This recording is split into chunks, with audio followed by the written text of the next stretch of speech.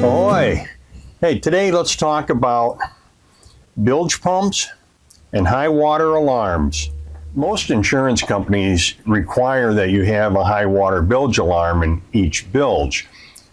The company I'm with has just recently done that, so I'm thinking as long as I got to put a high water bilge alarm in, why don't I go ahead and put in the right kind of bilge switch, automatic, off, and manual.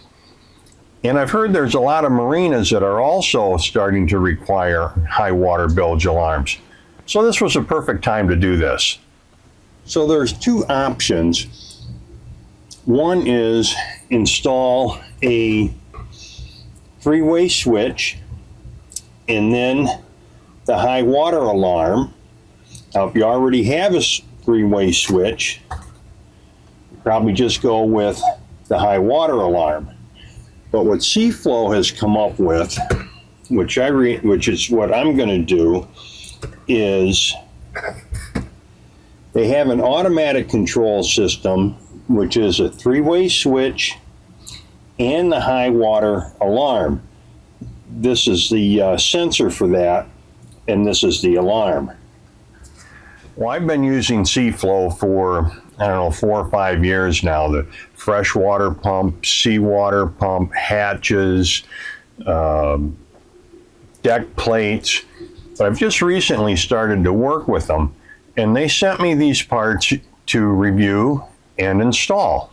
Now, you're more than likely going to need more cable than what comes with the switch and the sensor and the alarm. I mean, they give you a pretty fair amount, but like I had to run almost 12 feet, so I had to buy some additional wire. I couldn't find just the brown wire and the brown and white wire, so I had to substitute a little bit. And actually, that made things a little bit easier. But what I did is I made myself a little cheat sheet here.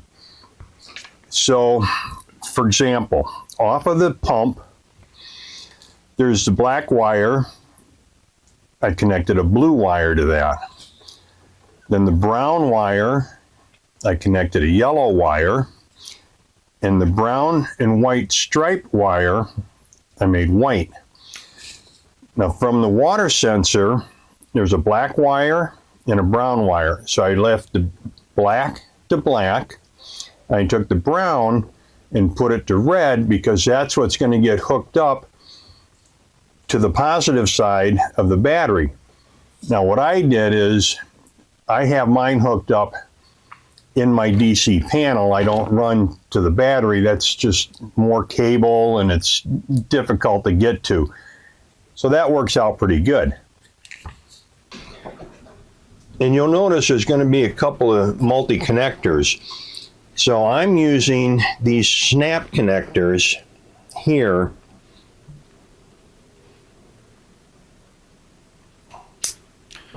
And then after I get them snapped together, I'll wrap some tape around there to keep them secure. And those are acceptable. What you don't want to use is household wire nuts or just solder things together. Wrap the wires, twist the wires together and use tape on it. You want it to be secure. And these are okay for areas where it's more than likely not going to get wet.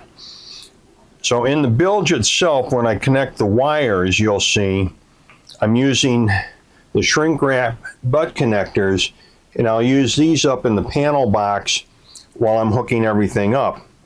The other thing you might need is a couple of I connectors, and you can use the Y connector if they have the little teeth on them so it doesn't pull out.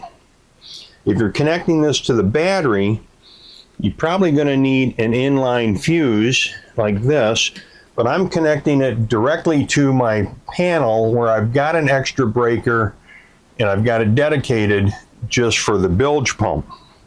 As for tools, depending on your mounting situation, you might need a drill and some hole saws to make this hole to put the speaker if you're doing that, or even as I did here on this plate. I used the oscillating saw to cut the back of that, make space to put the switch in, screwdriver, wire strippers, and wire strippers. This is not really a crimper.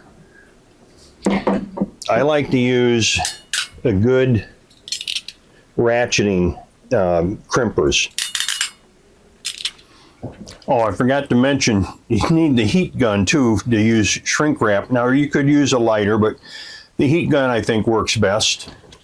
So now I'm going to hook the wires up, and on the ones coming from the bilge area that I added here from the pump, I'm using butt connectors with shrink wrap on them. They've already got the shrink wrap on it.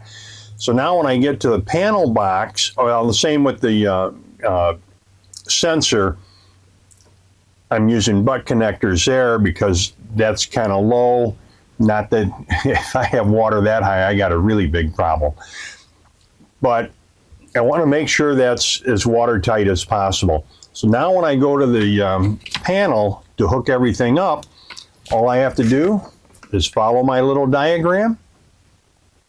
Easy peasy.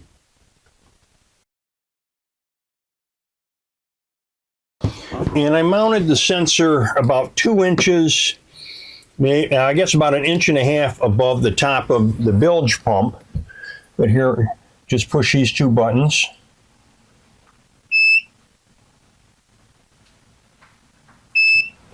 Well, here's the final hookup. See this, it came with this and this wired in this pigtail. So I was just able to connect the negative to that. This is from the sensor, comes into this side. And then here, auto, off, manual. And here's the positive to that. This is the brown. This is the brown and white stripe. Here's the auto. The light shows that. To do manual, you might be able to hear the pump.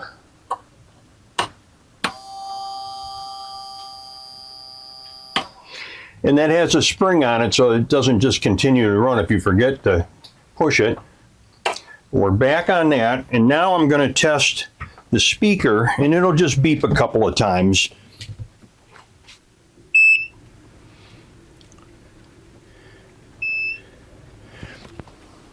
And that's the test.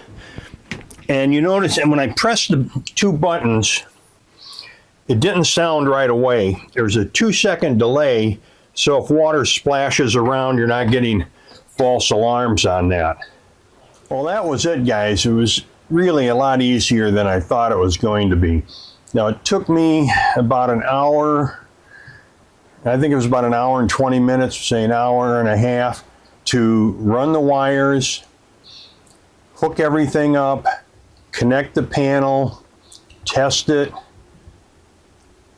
and I'm good to go.